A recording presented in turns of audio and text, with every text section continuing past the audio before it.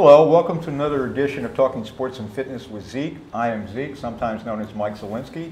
Just a reminder, please like us on Facebook and don't forget to subscribe to the People Chronicles channel on YouTube. My guest today is Eric Valent. Welcome, Eric. Eric is a former Major League ball player. He played with the Phillies, the Reds, the Mets. He played with the Reading Phillies in 2000. Actually, is my neighbor, lives 2 houses up the street, which is why he was an easy thing to book for this show. This show is going to be about your career. He's currently also a regional supervisor for the Philadelphia Phillies scouting organization, and we'll talk about that. Here's a show alert in our subsequent show. But Eric, you had a phenomenal career at UCLA. I mean, you played with Chase Utley and Troy Glaus and a bunch of other studs in the major league level. You might have been the best player of all. I mean, you still, I believe, have the home run record for UCLA. You had a three-time All-American, top pick. But your career in the baseball major league level didn't quite translate. And I saw a quote about that from you, and maybe it's wrong, but part of the explanation you thought was aluminum. You got more, but you had some power in the majors. Yeah. What was the story, and how was it to deal with going from a superstar to a just another player? Yeah, I had a really good career at UCLA. The names you mentioned, Chase Utley, Troy Glaus, they were better players than myself. I ended up with more home runs in my career for them. That doesn't make me definitely didn't make me a better hitter. So they were. I mean, I was still a good player, don't get me wrong, but then when I was coming in through the minor leagues, I think at the time I was coming up with the late 90s, early 2000s, there was a lot of other stuff going on in the game, and I think maybe my numbers kind of got washed out a little bit. And as far as playing at the major league level, just because it was drug testing, all that stuff, and I never quite dabbled in that stuff, and I think that possibly had hurt my chances a little bit as far as sticking in the major leagues, just as far as a level playing field. But I thought I had I made the most of my ability and did the best I could. But definitely with the aluminum bats in college, I hit a lot. And then when you get to pro ball, you're swinging wood, you're playing every single day, you're facing top competition. But there's just so many good players, and you just try to do the best you can in the time you have. Because I think there's been some talk from time to time about maybe they should do away with aluminum bats in certain levels. I guess in the beginning it was because it saved money, right? Yeah, I kind of like they've done a lot of guidelines to the bats now with the BB core and a -3 ounce difference with the length and the weight. For the younger level, I like the aluminum bats a little bit just because I think in the old days they used to have wood bats, but there was a lot less competition from other sports. So I think the aluminum bat is just a little bit more excitement. The kids can hit the ball a little bit farther. They maybe make a little bit more, get more hits possibly because it's a bigger sweet spot. But I like the aluminum bats for the kids just to keep it a little bit more exciting and keep them playing baseball because, like I said, there's a lot of competition among other sports now of keeping kids playing. No question about that.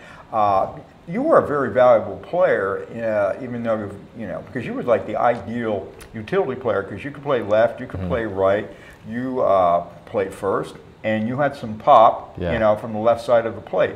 In fact, I think your best part of your career is with the Mets, correct? Yeah, I had my most time with them, my most success. But I was kind of like it was kind of like a tweener, they say, like a 4A type player.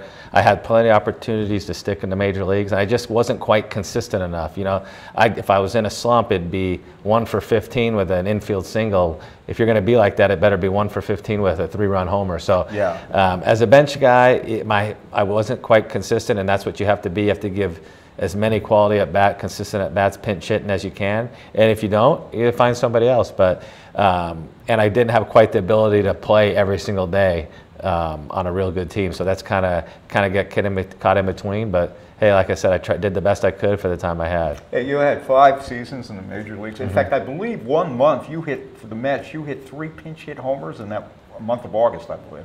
I hit 3. No, not in 1 month, but I hit 3 that year. Yeah, I think they were spread out a little bit, but yeah, that was that pretty, by itself. Yeah, definitely a tough thing to do, pinch hitting.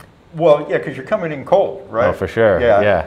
And that, especially nowadays with all the relief pitchers and yeah, a lot of velocity coming out of the bullpen, and especially if the game's close, you're always going to see the best pitching.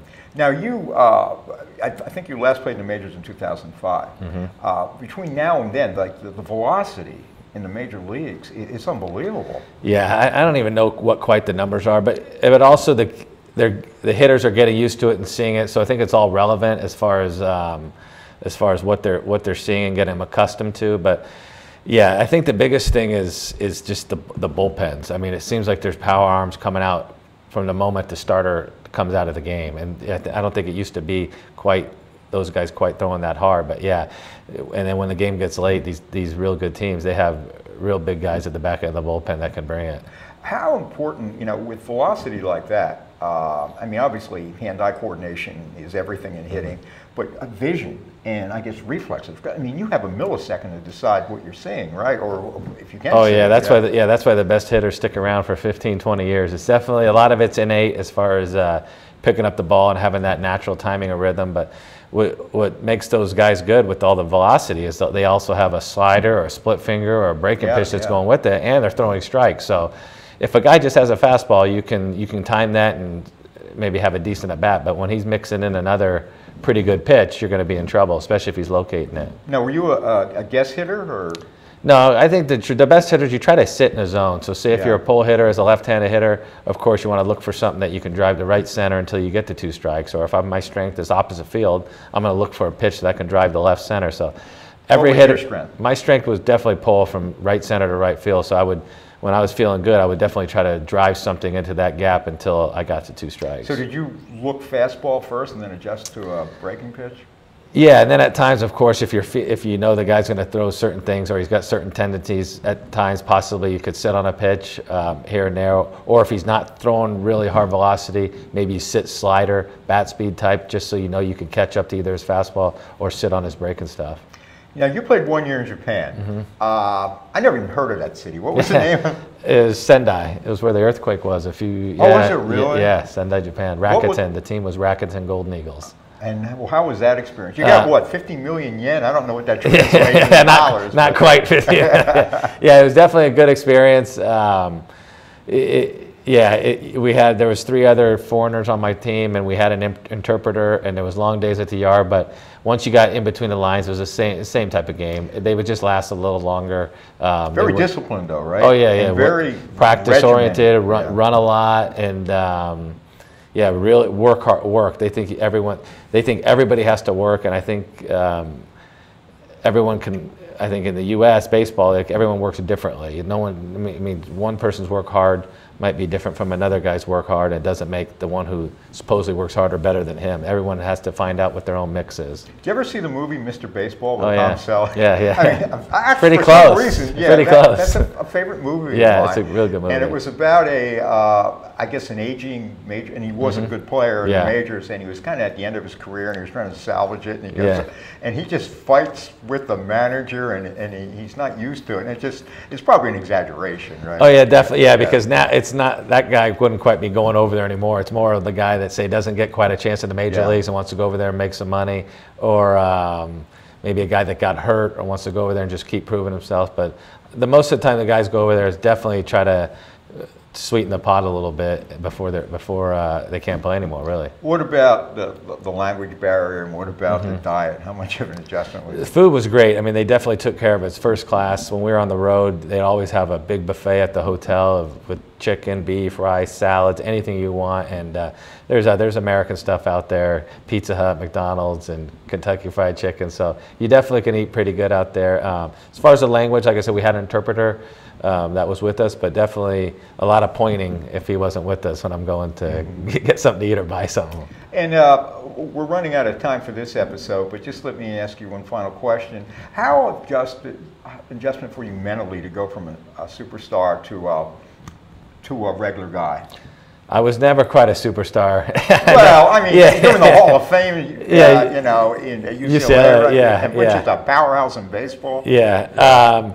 All right, you're a very good player. Yeah. Now, everything comes to an end. I always knew I would be in baseball my whole life, and it was just a just a chapter of kind of one of my chapters so far that I've lived, and I definitely worked as hard and enjoyed it as much as I wish I would have had more fun, but it was such a grind that it's easier to look back and say that now. But definitely to all those young ball players, just have as much fun as you can. Don't take things so serious at times, but.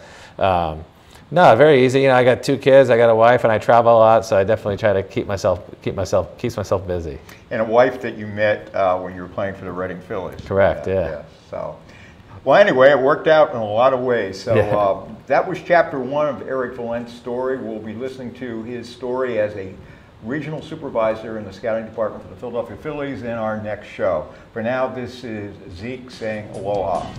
These community stories are made possible in part by BCTV, Susie Ray Design, Queen City Family Restaurant, Lamar Advertising, Heidelberg Family Restaurant, Reading Air, Lions and Hole, Peanut Bar, and Kutztown University.